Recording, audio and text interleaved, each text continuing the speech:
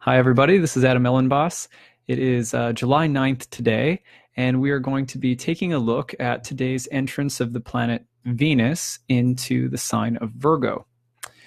So this is a not like a monumental transit or anything. We have Venus entering Virgo pretty regularly. Definitely, you're going to see Venus entering Virgo every summer. Venus always follows behind the sun or in front of the sun very closely within two signs. So Venus entering Virgo is not like the biggest deal in the world, but whenever a planet changes signs in your birth chart in ancient astrology using whole sign houses, it changes houses, and so you have a new set of topics that are being activated by the ingress of a planet into a new sign. So it is worth paying attention to whenever any planet, no matter how fast it moves, changes signs. So for that reason, we want to take a look at Venus entering the sign of Virgo. It's going to do so late tonight, Eastern time, a little bit earlier in the evening if you're on the West Coast. And one of the main topics that I want to explore today, in addition to just the general what can I expect from Venus entering Virgo, is this question about planets being in their fall or depression. What does it mean that ancient astrologers had this certain category that they used for planets that were said to be depressed or in their fall? Specifically, what did ancient astrologers have to say about Venus being depressed in the sign of Virgo? Why did they use this language? What does it mean? What is it getting at? What does it mean for us? What does it mean if I was born with Venus in Virgo? So these will be some interesting things to look at today. And this is part of my intention to start looking at individual planets and signs a little bit more, because one of the things that I get questions about consistently, like all the time, is what does it mean that I was born with some planet in some sign? So hopefully we'll build a little library of audio video clips that will be a little bit shorter than my normal talks on the transits are usually 45 to 60 minutes. So the purpose of these is also to try to bring more people into astrological learning and build some bridges into the longer work that I do by providing some sort of shorter videos that are more compact and covering just basic things like what is Venus and Virgo all about, or we could have easily just as done one on Venus and Leo or something like that. So that everyone has an awareness of what you're getting into here. That's our focus for today. So let's start by just asking the very basic question of what does it mean that Venus is going into Virgo, and what are some very initial things that we can say about this placement? First of all, Venus entering Virgo means that Venus is moving into a Mercury-ruled sign. It's not just a Mercury-ruled sign, it's the sign of Mercury's domicile and exaltation. So this is a place that Mercury is very, very strong in. It's an earth sign, it's a feminine earth sign. And it's a sign that comes in the solar year, comes at the end of the summer, very last sign of summer. So you know that when Venus is entering Virgo, very recently, it was the end of summer, or it is moving toward the end of summer. We're only in Cancer season right now. Venus is therefore very far out ahead of the sun in zodiacal order, which means that Venus is going to turn retrograde. And so Venus will be turning retrograde in October when it enters the sign of Scorpio. So anyway, all of that is just some sort of the basic details that you need to know. And the way that we read any planet in any sign, and the way that you understand it in your birth chart, is by first breaking down the basics. So what does it mean that Venus is entering a Mercury-ruled sign? Let's start there. First of all, it means that Venus is going to start expressing herself. I'm going to use her in just a generic way because it's easy. The goddess. Venus is going to start expressing herself. And by her, we obviously are the feminine is both in men and women. So we're kind of assuming that for starters. But Venus will start expressing herself through the lens of Mercury, which means that Venus will start behaving in a more mercurial fashion. What is Mercury and what is Venus? That's what we have to discover now. Well, Venus's basic MO is things like she represents topics like friendship and harmony and beauty and aesthetics and grace and sensuality and desire, even lust. She represents the goddess in all her many forms. She represents, in a basic way, on a sort of energetic level, she represents bringing together things that are somewhat unlike into a harmony with one another. So those are the things that she sort of represents in general. What does Mercury represent? In a very basic sense, Mercury is more like the interpreting mind or the translating mind, cognition, speech, perception, communication. Mercury is related to the rational and the analytical, the deconstructive, that which takes things apart, that which debates, contests, that which is skeptical. And so Mercury is also associated with the archetype of the messenger in all of its many forms, as well as in some ways the trickster or the psychopomp or the one who astrology was initially itself thought to be a hermetic art. It was given, its mythical founder was Hermes Trismegistus. And so we have Hermes and Mercury as a great sort of symbolic ruler of astrology itself, astrology being something that's always about analyzing, interpreting, and synthesizing information and then communicating it to people. So I was recently on the astrology podcast with Chris Brennan and another colleague of mine and Joe Gleason, and we were talking about horoscopes. And I was talking about writing daily horoscopes, doing these videos. And one of the things that I said was that astrologers look at a transit, for example, Venus in Virgo, and we look at the fact that this planet is going to enter this sign or make some kind of aspect to another planet. And then what we start doing is we start circumambulating the transit while chanting adjectives. It was a kind of random statement that I made. And I thought after I said it, Joe was like, wow, that was a cool statement. I was like, yeah, actually that really works. I don't know where that came from, but that really fits with what we do. So you can think of Mercury also as in astrology and what I do or what you do or what you take interest in about astrology. We take interest in a transit and then we circumambulate it and chant adjectives until we get closer to the core of what something means that's ultimately somewhat intangible, but that we try to put words around. Mercury is like that as well. Okay, so we have Venus about to enter Mercury's sign, and then that means that she's hanging out in the house of Mercury. Now, this word rulership, sometimes you may have heard the word rulership being used. It really wasn't a word that came into the tradition of astrology until much later. The original conceptualization of a planet like ruling a sign was more like it was the steward of a sign.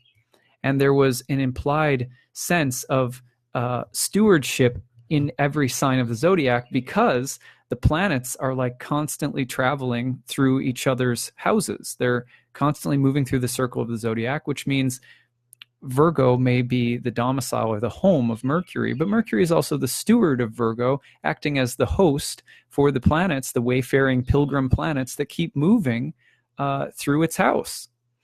So if you think about our houses, when you think about your house, do you think to yourself, yeah, I rule this house? You know, do you walk around like I rule this place? I mean, maybe some people have that attitude, right? But not many of us. Most of us think of the place that we live in as our home. We love our home. We feel safe in our home. It's familiar to us. We occupy our home, and we host whoever comes through our home. In India, of course, one of the long-standing traditions in India for sadhus, sannyasis, renunciate, wandering monks and ministers is to be hosted by people and to be fed by people in one village and place after another. This is actually really old from all over the world. And that's closer to the kind of mentality that people had during the Hellenistic dawn of astrology when you're thinking about planets having a home, but also constantly being the host to other planets that come through their home. So when Venus enters Virgo, it would be a bit like you coming into, let's say, my house. If you come into my house, you're going to be surrounded by a lot, like a 2.5-year-old vibe and a lot of spiritual paraphernalia, right? Like, because my wife and I own a yoga studio. I'm an astrologer. So our house is, sort of like there's a lot of spiritual stuff.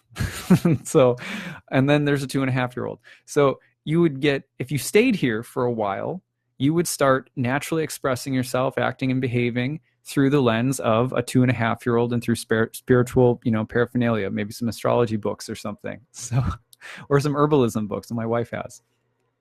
Okay, so same idea applies to whenever a planet is entering another planet's sign. Because it's entering Virgo, it doesn't mean that suddenly it's entering a domain of fussiness and criticalness and pickiness, right? Well, some of the ways that modern astrology have taught us to emphasize the psychological meanings of signs has encouraged within us a way of thinking about the signs that doesn't fully acknowledge where and how some of those stereotypes are generated, where they come from, how are they generated. Virgo is not inherently a sign that's about fussiness. It's a sign that's inherently mercurial and earthy.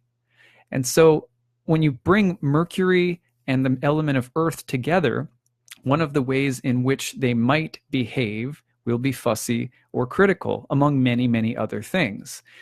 So, but it's important to recognize that the symbolism of Virgo is not just coming from some random place. It's not that it's related to the harvest maiden, this constellation, and harvest maidens are generically they're all fussy and critical. No. There are astronomical reasons based on the time of year that give us some of the sort of stereotypes that we would mention about Virgo psychologically. There are also reasons that are more accurately related to the rulership of Mercury and the element of Earth and so forth. So at any rate, that's just an aside, because you need to understand that when a planet goes into a house, it starts behaving in a way that it starts acting like itself. So Venus is going to be like Venus, but she's going to be expressing herself through the lens of through the lens of Mercury, excuse me. And so what does that Venus look like?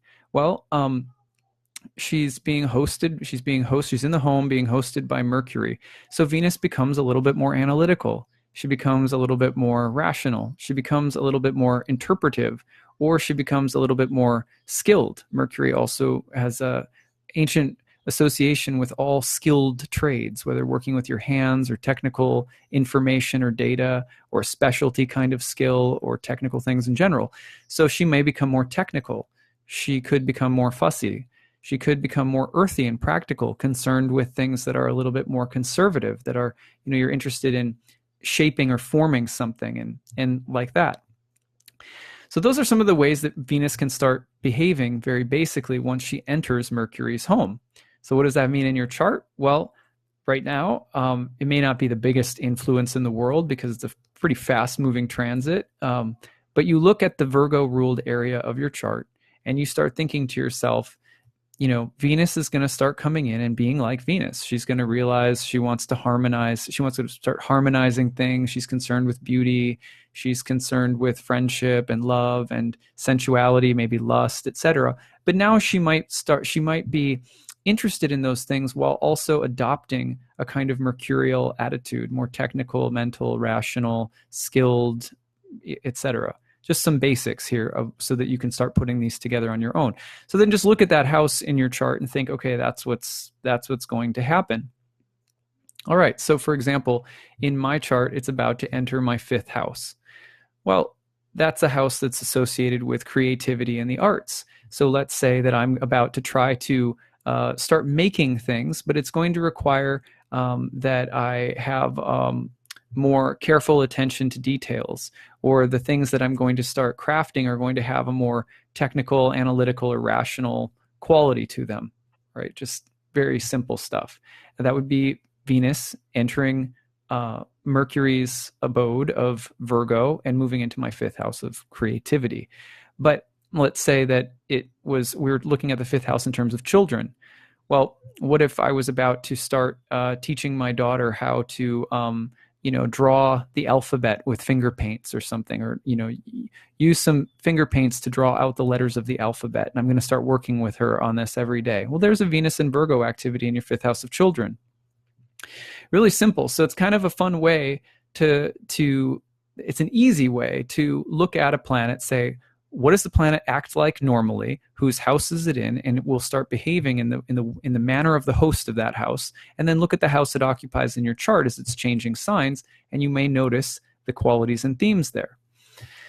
So then you can also be careful of some of the extremes. For example, Venus in Virgo may tend to look a gift horse in the mouth. Take something beautiful or nice or generous or sweet or harmonious and pick it apart. So you want to be careful of that. Or Venus in Virgo, on the other hand, could make you more self-conscious and critical of your own looks or your body. It could have you easily criticizing your own food if you make food. So those are some of the things you could be careful of, is sort of overly critical, rational, or analytical things sort of killing the vibe of Venus, right? On the other hand, some of the gifts of this placement, which we've already mentioned, again, would include things like, bringing a little bit more precision or a little bit more thoughtfulness or carefulness or craftiness into something that's aesthetic. Maybe there is some room for some constructive criticism, or maybe there's something in relationships, there's room for improving things in order to make them more beautiful or more harmonious. And you will have an eye for being able to deconstruct and analyze the problem. And then by analyzing that problem, again, you could make something overall more appealing. Okay, so those are just, again, some examples of the positives and negatives you could look for. Now, let's talk about why Venus in Virgo was considered to be in her fall. What does that mean? Well, I'm going to just read you something, and this comes from Rhetorius. I'll hold this up so you can see it. Great book. If you ever want to start getting into reading ancient astrology, it will really change your practice to help you understand the way that ancient astrologers were thinking about these things. Here's what Rhetorius says about the exaltation and fall of Venus and its relationship to Mercury. Again, for what reason is it that Venus is exalted in Pisces and there Mercury is in its fall, whereas Mercury is exalted in Virgo and there Venus is in its fall? We say that Mercury is the lord of words, but Venus is the ruler of desire and sex. Here then does the rational increase, there is desire and the enjoyment of sex in its fall. And here is longing and pleasure exalted, there is logic in its fall. So a very, very simple statement. Let's think about it like this. When Venus is in Pisces, it's said to be exalted, right? But that same place where Venus is exalted in Pisces, what does an exaltation mean? An exaltation, you could think of, we'll start there. Exaltation you could think about as a planet experiencing a kind of very high peak of its natural qualities. So Venus in Pisces is especially romantic, dreamy, sensual, exotic, etc. And when Venus in Pisces reaches moves into the sign of the fish, moves into the abode of Jupiter, it starts expressing Venetian qualities through the lens of Jupiter. They all get big and fantastic and great, right? So that's Venus exalted. She gets lifted up on high in the sign of Pisces, that expansive Jupiter place. Okay. But then in that same place, Mercury is depressed. What does that mean? Well, it means that when you take Mercury and you put it in its natural, analytical, rational features, and you put it in the sign of Jupiter, and you put it in the exaltation of Venus, those are places where the intellectual, the rational, the deconstructive, the skeptical, the debating, the argumentation, the vacillating, those qualities are all naturally diminished in the sign of Jupiter and the exaltation of Venus. Because Venus likes to bring things together. She harmonizes things. Mercury likes to take them apart. Jupiter also coheres, creates larger wholes, creates larger unities. That's why they're both considered benefics, because both planets tend to bring things together, confirm, say yes, bind together, make bigger, grow, expand, etc. Most people in general like that. You want your smile to get bigger, you want your happiness to get bigger, you want your garden to get bigger, especially if you're, a farmer, you want the rains to come and replenish your crops. You want your sex life to improve. You want your fortune to improve. You'd like your bank account to increase, right? Those are all Venus, Jupiter things, because Venus and Jupiter is, working things together to grow them. Mercury's natural feature is about analysis, interpretation, etc. It doesn't do well in that kind of environment. It's naturally placed into a position, you might say, of subservience to things like faith, Jupiter, or coherence, or adherence, or harmony, and also indulgence. Here's the thing about Mercury. It doesn't do well in that sign either, is that Mercury is the one who says, should I really be doing this? It looks good, sounds good, looks like it'll make me happy, but maybe I'll feel bloated afterward, or maybe I'll get lost, or maybe it looks good, but all that glitters isn't gold. So the rational and analytical is also sort of swept out to sea in Pisces, because Jupiter, Venus like to hang out there. Okay, so there's Mercury in its depression. Flip it over to the other side, and what do you have? You have Venus in Mercury's sign, and that's why we say she's depressed, because now Venus has to hang out in the opposite environment that she likes. That's why Rhetorius says, very basically, Mercury is the lord of words, Venus is ruler of desire and sex, where the rational and logical are exalted in Virgo, Mercury's exaltation in Virgo and its rulership. In that place, Venus is depressed, because she doesn't do well in an environment that is predominantly analytical, that's predominantly mental, etc. So Venus is in her fall in Virgo because the tension between her natural qualities and the environment of Mercury is really intense. So let's say, for example, Venus is going over to hang out at a mathematician's house, and the mathematician's house is just total chaos. There's no aesthetic harmony. There's no clean space. You've got papers and books and chalkboards filled with equations everywhere, and the mathematician is like the stereotypical image of like a crazy scientist or something, just unkempt, but just bubbling out of the brain. Venus takes one look and is like, oh, you're killing me. You're not going to be fun to go to bed with, probably. Your house is a mess. It smells like cat pee, whatever. Like Venus is not going to love that environment. Okay. So she's naturally uncomfortable, basically, is what we're trying to say. So, what does that look like? Okay. Well, it can actually play out in some very, very interesting ways. Let's talk about some people. First of all, just Venus and Virgo individuals that have can put the two together in an interesting way. For example, Martha Stewart.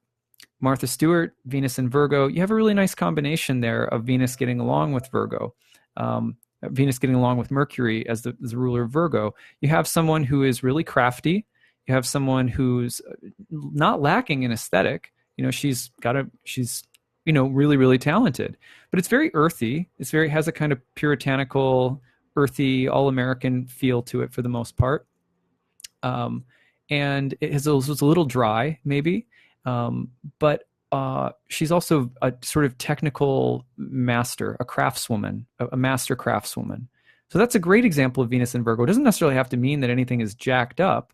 Okay. Similarly, one of my good friends who did my wife's astrology buddy of mine who did my wife's hair for our wedding.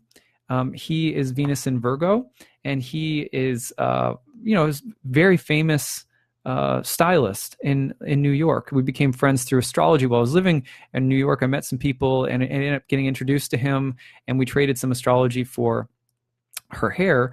And he's done, people at the Oscars, at, all the big award shows. He had his own salon in New York City. I mean, he's been Vogue's top stylist of the year, just has a ridiculous resume. And he's got Venus in Virgo. It's the beauty and precision combined. So there are great examples of this. However, in the case of Martha Stewart, you also have some interesting tensions. For example, when you have the tension between Venus and Mercury going on when Venus is in her fall in Virgo, you also have, for example, the tendency to be maybe very masterful when it comes to design, but also really uptight or pent up in some other way. So for example, not to pick on Martha Stewart, not to judge anybody, but if you've ever seen the Saturday Night Live episode, there's a number of them where they have someone impersonating Martha Stewart. Often she's walking around and she'll be totally naked in the sketch, and they'll like blur out certain parts of her body, and she'll be walking around telling you how wonderful and beautiful and perfect like everything is, and it's just so all American and perfect looking, and she's talking like a total robot, and in the meantime she's totally nude. Of course, everyone finds that skit really funny, especially if you've ever sort of seen Martha Stewart, because there's something that's just a little too perfect. Venus doesn't actually like things that are too perfect, because when things are too perfect, you can't touch them. There's no interacting. There's no sensual relating to them. It's too dry. It's too perfect. You see what I'm saying? So there's something about Venus in Virgo that can also present in a sort of perfectly, the perfect pedicure, the perfect presentation, but there's something about it that's too controlled, that's a little too rigid, that's a little too dry, like that. Because you can always see that tension with Venus and Venus in Virgo. The perfectionist tendency can actually kill something very vibrant and organic and a little bit more messy about what Venus actually is. So that's just something to think about with those two. Then let's see. Aesthetic. We talked about aesthetic precision. Okay, here's the other thing. When you have Venus in Virgo and it's the tension between Venus and Mercury appears, you can also have people who get pent up inside sexually, or they get very frustrated sexually because of a tendency to be more anxious, controlled, earthy, conservative, practical, analytical, etc. And you have this manifesting sometimes in the sort of, in Virgo in general, sometimes you can talk about the mythic dichotomy between the virgin and the whore, two classic sort of literary archetypal images that are associated with the goddess, the feminine, etc. And you have, for example, that dichotomy in the gospel story between Mary Magdalene and the Virgin Mary. You have two Marys. One is the prostitute. One is the mother of God, and yet both have intimate, deep relationships with Christ in the story. Right? So Virgo often embodies the virgin whore dichotomy, sort of inherently within it in myth, in a mythic sense. But when Venus is in Virgo, that can become extra extreme. So the tendency to be analytically held back, cautious, conservative, skeptical, or sort of nervous mentally or emotionally can lead to the need to just sort of explode into extreme displays of, sensuality, sexuality, sexual freedom, et cetera, et cetera. So, for example, Wilt Chamberlain, who's a famous basketball player, I was reading about this today. Wilt Chamberlain, apparently, I should double check this. Let me just double check it while I've got it. But I was reading this earlier today, and Wilt Chamberlain wrote a memoir, and the memoir was about his career as a basketball player. He was a very famous basketball player, and here we go. And he was a very famous basketball player, and he wrote a memoir in which he talked about having slept with he calculated it something like over 20,000 women in his life. And, you hear that and you're just like, that is so, that's just so intense. And yeah, here it is. And in fact, he has, just so you know, he has Venus in Virgo conjoined with Neptune, right? So there's that. That's exactly what I'm talking about. In fact, he struggled. We had different kinds of nervous restlessness that caused him to have insomnia for a good portion of his life. And he also had these really powerful sexual drive that accompanied his fame. Just a simple example of how it's not like Venus in Virgo is necessarily prude. So some people will say that, oh, Venus in Virgo, it's an earth sign. The ancient astrologers said Virgo was barren, it must be that you don't get laid or something like that. But no, this is not. In fact, it can represent like intense sexual tension that may be difficult to deal with, or that may vacillate between more repressive states and more expressive ones. So that can be, but the tension between the two can be really pronounced. So that's really the point there. So, and that can stand in our lives in lots of ways. That tension, the desire to show up in a way that's organized, careful, thoughtful, considerate, the perfectionism behind that. And Venus as the feminine is much more naturally fluid and naturally harmonizing with things that are unlike. So harmony is made between things that aren't identical. They're different. And Mercury's way of dealing with differences is to analyze them and to make or build something out of them, or to deal with them in a more rational and logical way. Venus's way is to just very fluidly find ways of sort of singing things that are different together. So you can just imagine how tense it might be for Venus in Virgo to be trying to sing things together, and yet constantly having to do so in a way that's much more mental and technical and sort of blocky and chunky like that. Now, to be fair, again, this can express itself in terms of like people that have Venus in Virgos who are really, really talented artists. Like John Lennon had Venus in Virgo. Nothing that's so clunky about John Lennon's music, right? It feels pretty fluid and amazing, and he had some good Libra energy in his chart. But some Venus ruled stuff going on there. But he also he was also a perfectionist, was very controlling, could be very bullying with the way he wanted things to go musically. Martha Stewart has been criticized for the same thing. So there's the same kinds of tension that can exist there. All right, so those are just some examples of Venus, people with Venus and Virgo, different things you can struggle with, or different talents you might have or abilities. Overall, the other thing you always have to remember with a fall in a chart is that it's not just about the psychological qualities or tensions that exist. A planet in its fall may also symbolize a low point in fortune. The highs and lows of fortune are constant in our life. This is our last thought. The highs and lows of fortune are constant in our life, meaning you're going to have days where some things are really, really great. Your career is kicking and in high gear, and you're really successful. You're going to have times where your career is not so great. Most of us go through ups and downs and fortune in all areas of our life our whole life long. That's because that's just the nature of the material world. Astrology has always been about the ability of the planets in the sky and this language to reflect those highs and lows. So exaltations and depressions are also about the natural way that anything in life can become really glorious and sort of uplifted, or can become really downcast. And it's not just you personally. So if you have Venus in Virgo in your chart, it doesn't just mean like, oh, I'm personally afflicted because I'm like that. No, for example, in Martha Stewart's chart, Venus is in Virgo in the House of Friends. It's in its fall in the House of Friends, rules the 12th house of imprisonment.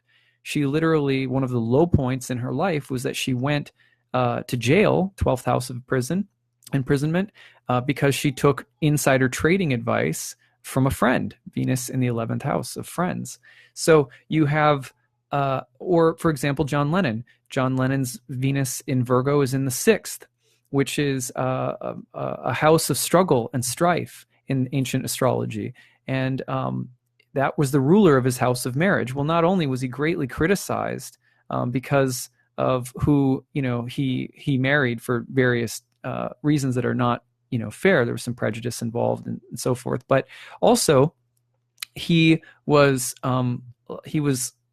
lambasted because it was said that his marriage broke up the Beatles.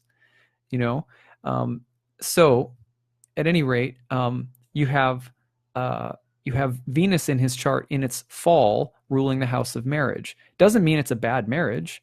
It means that there are valleys of fortune, the low points of fortune that are sometimes related, low points of destiny that may be related to the rulership of a planet over certain topics in our life. And when it's in its depression, it means it can bring the topics that it rules down into a deeper kind of place, a deeper, more difficult kind of place. So that's just, two quick examples of Venus in a chart where the Venus in Virgo may not have anything to do with you personally as much as it may also reflect some low point in fortune. But guess what? Where there's a low, there's a high. And usually the thing that's present with any exaltation or depression is the tendency toward extremes of fortune in both directions. So that's something not a lot of people know about exaltations and depressions. They're like, gosh, it's such a depressing topic. But a depression is intimately linked to an exaltation. You can't have a drop in fortune without simultaneously knowing a high. So, for example, John Lennon can't know what it's like to go through the ridicule and turmoil in his life surrounding marriage if it wasn't simultaneously connected to, like, well, you were in the Beatles and everything was so great, and then you had to go and marry, Yoko Ono. So the energy that surrounds the language of depression is linked to highs and lows of fortune and the way that they relate to one another in our lives. So it's just important to know that when you're thinking about them in your own chart. All right, so that's what we've got for today. I will see if there are any questions here. Otherwise, we're done. Never known a Virgo who was not at least a little neurotic. Ra, thank you. Venus in Virgo, and you're loving this. Oh, good. That's good to hear. When the critic enters, love exits. There you go. Someone just realized you have Venus in Virgo. Okay, cool. All right, that's what I've got for you guys today. I hope this was interesting. Like I said, my typical talks are 45 to 60, so these I'm aiming to be more around half an hour on just more basic individual topics that people may find interesting that they may, you may have in your own birth chart. So we will hopefully talk to you guys soon. Eclipse coming up shortly, so we'll be taking a look at the upcoming eclipse in the next couple of days. All right, guys, have a good one. Bye.